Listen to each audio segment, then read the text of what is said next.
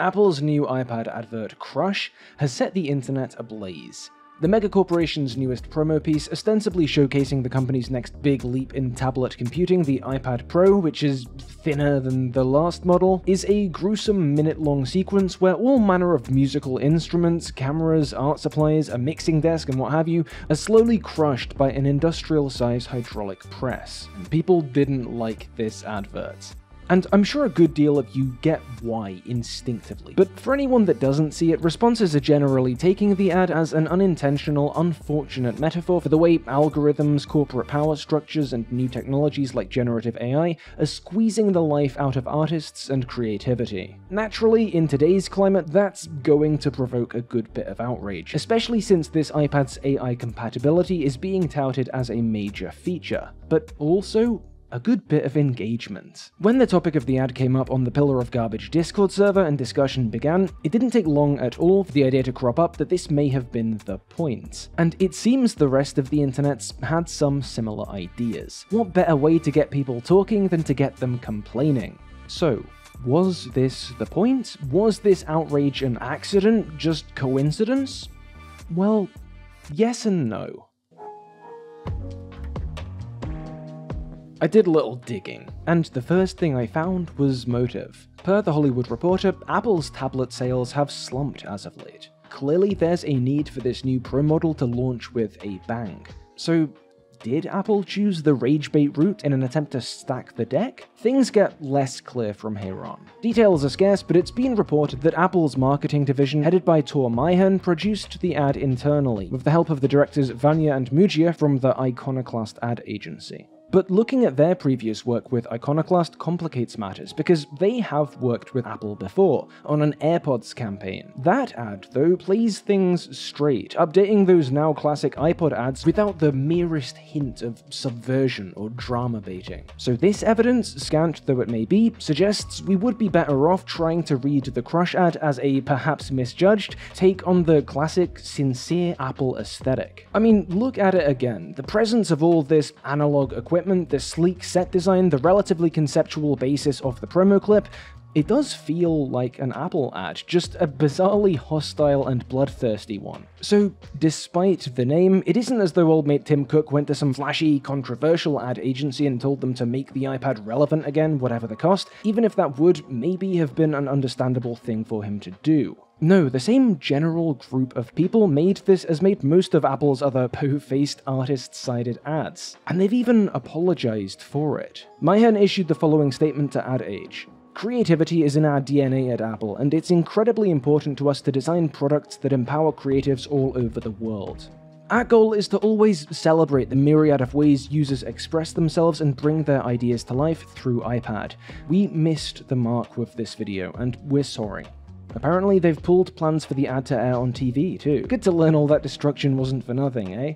The arguments against intentionality then seem to be stacking up, but to be fair, this isn't my area of expertise. I'm not a marketer, I'm a little man with no face that lives in your phone. So let's check in with some people that do this for a living. do.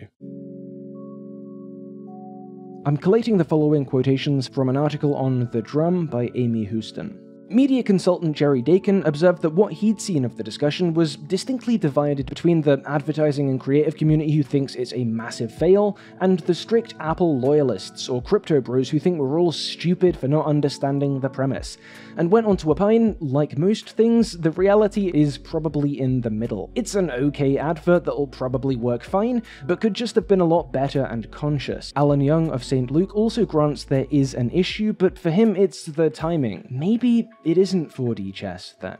Of course, these guys might be pros, but that doesn't mean we should take their word as gospel. Tamarin Kerr from Hijinks wrote, I think the reaction to this ad is totally over the top, and the subsequent Twitter pylon is completely out of order. Like 9.43 million other people, I subscribe to the Hydraulic Press channel on YouTube. It's one of many channels that prides itself on squashing literally everything. So my read on this was that it was borrowing from culture, not killing creativity. Perhaps the ad industry needs to get out more. Now, it is true that there is a very popular online video trend of hydraulic presses destroying things, but the things they tend to destroy are dead, impersonal things, hammers, metal mostly. The presses also tend to be smaller too. The press you'd get if you just liked presses and wanted to mess around with one, not the gargantuan industrial spec one we see in Apple's ad. So it may well be that Apple was trying to channel this trend, but in moving it up from YouTube scale to Apple scale, and in moving the locus of creativity from the press to the items beneath it, that channeling became a twisting. And take a look at this bafflingly condescending take from James Cross of Meanwhile. The metaphorical compression of these tools into a single device has also been clearly misconstrued as the literal destruction of creative tools forcibly submitting to Apple's thinnest iPad yet. I don't get or even believe some of the outrage. The ad is clearly big things made small, a simple analogy for ordinary punters, aka consumers. Oh gee, oh boy, maybe you should all ignore this video after all. I know I'm not a big clever marketer. To be fair, you do have to have a very high IQ to understand advertising. Spongey McWipey. Even with that Seymour Skinnering though, the professional opinions tend to be split between the ad's bad and the ad's good actually. There's very little the ad's bad on purpose floating around. There is some of that mind you, but it's far from the dominant narrative. And that does make sense. We've talked a lot about Apple, about creativity and about hydraulic presses, but what haven't we been focusing on? The iPad Pro. Controversy is good for business. All press is good press, it gets the name out at least, sure. But the backlash, the debates, have predictably become a referendum on Apple, on big tech, and it's iPad sales that have slumped, not Apple's wider relevance. If this was always the plan, then it was a bad plan. So I think a lot of people are doing the glass onion thing here, rationalizing a slip-up because we think big and successful means genius and infallible, imagining some giant corporate god who always has a plan. And yeah, sure, I guess this might be the case theoretically, but given that all the evidence is against it and that it doesn't make sense, I'm going to say we are being Miles Brond here. The controversy wasn't intentional. They didn't mean to make such an ugly ad. But it wasn't a coincidence either. Let me explain. Like a boring corporate Alice, let us return once more to Adland. There's one idea you can kind of see poking out of these responses, especially the ones which seem the most bemused at the advert's critics, and that's the assumption of a clear, unbroachable distinction between advert and reality, the idea of what it shows and how that idea is created.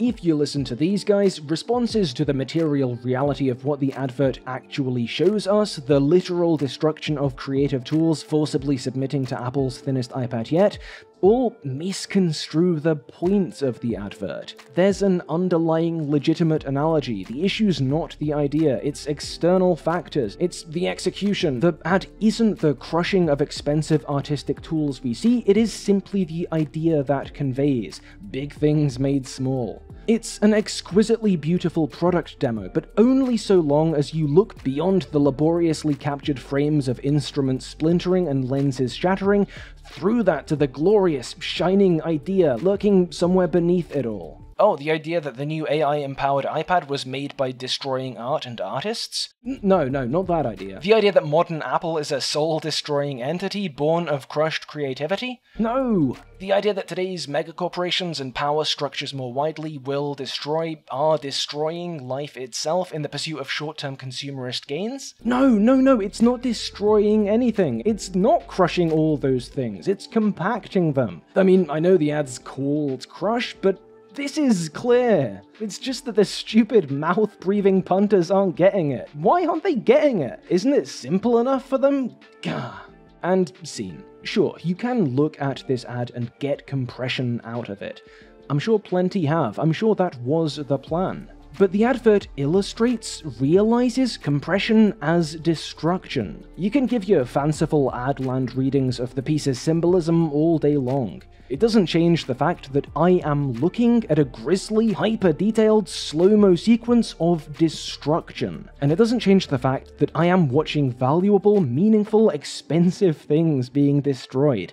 Things I know countless people would love to have and to use. To quote Linda Holmes, writing for WPR, There is something so ugly about crushing an acoustic guitar, making it buckle, making the middle of it explode in splinters. That might be personal to me, as someone who grew up with a dad who was what you might call a campfire guitarist, not a performer, just a dad who used to entertain us with songs like Dark as a Dungeon, a little folk tune about the lethal dangers of coal mining. Maybe to you it's not the guitar, maybe it's the cameras or the vinyl records. For me, it is the guitar. I play the guitar. Have done for a while. I've got some half-decent kit now, but for the longest time, I learned on a second or maybe third-hand C Giant I picked up from a car boot sale for maybe 30 quid. It didn't stay in tune, the neck was thick and stiff, and some of the frets just didn't sound. Do you know what I would have done for a decent quality thing like the one we see smushed here? I would have played the shit out of that thing.